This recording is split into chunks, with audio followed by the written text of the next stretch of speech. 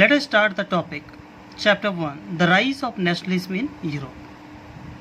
Today we are going to discuss the topic The Strange Case of Britain. इस पूरे topic में हम लोग यह जानने की कोशिश करेंगे कि ब्रिटेन कैसे नेशन स्टेट बना. किसके बारे में जानेंगे कि ब्रिटेन कैसे नेशन स्टेट बना. First point you see, there was no British nation prior to the 18th century.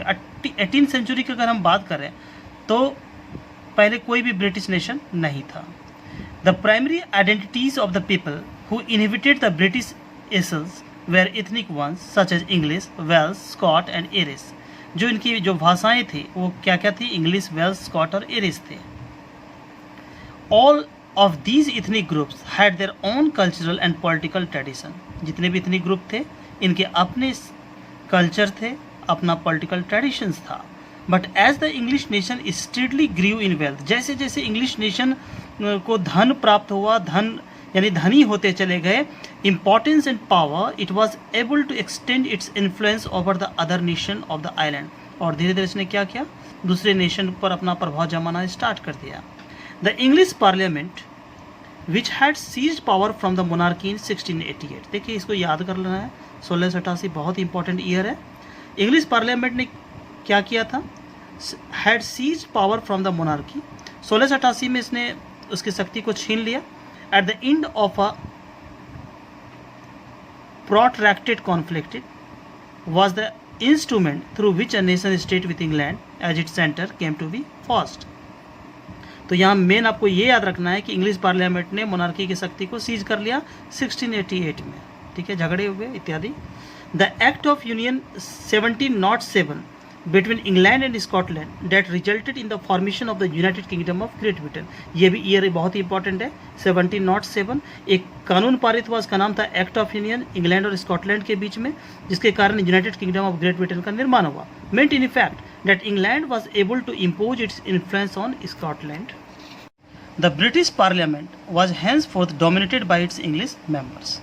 अब ब्रिटिश पार्लियामेंट किसके द्वारा डोमिनेटेड हुआ? इंग्लिश मेंबर्स के द्वारा. The growth of a British identity meant that Scotland's distinctive culture and political institutions were systematically suppressed. अब British की identity का मतलब ये था कि जो भी स्कॉटलैंड थे, स्कॉटलैंड डिस्टिंक्टिव कल्चर और पॉलिटिकल इंस्टीट्यूशन था वो पूरी तरह से सप्रेस हो गया.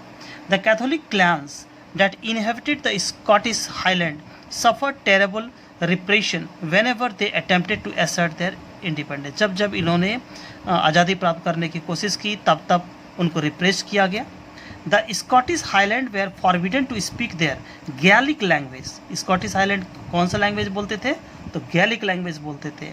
और wear their national dress and large number were forcibly driven out of their homeland. और उनको निकाल दिया गया था उनके होमलैंड से. Ireland suffered a similar fate. It was a country deeply divided between Catholics and Protestants. Ireland किस दो ग्रुप थे यहाँ पर? कैथोलिक्स थे और प्रोटेस्टेंट्स थे.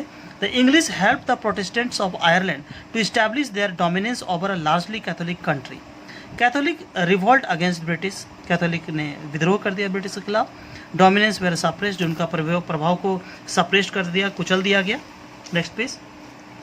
After a felt revolt led by Wolfe Tone and his United Irishmen 1798, Ireland was forcibly incorporated into the United Kingdom in 1801. A new British nation was forged through the propagation of a dominant English culture.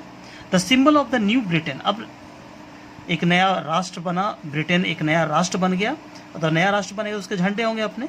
The British flag को कहा जाता है यहाँ पर Union Jack. The national anthem जो British का था वो God Save Our Noble King था. and the English language were actively promoted, and the older nations survived only as subordinate partners in this union. Thank you, that's all.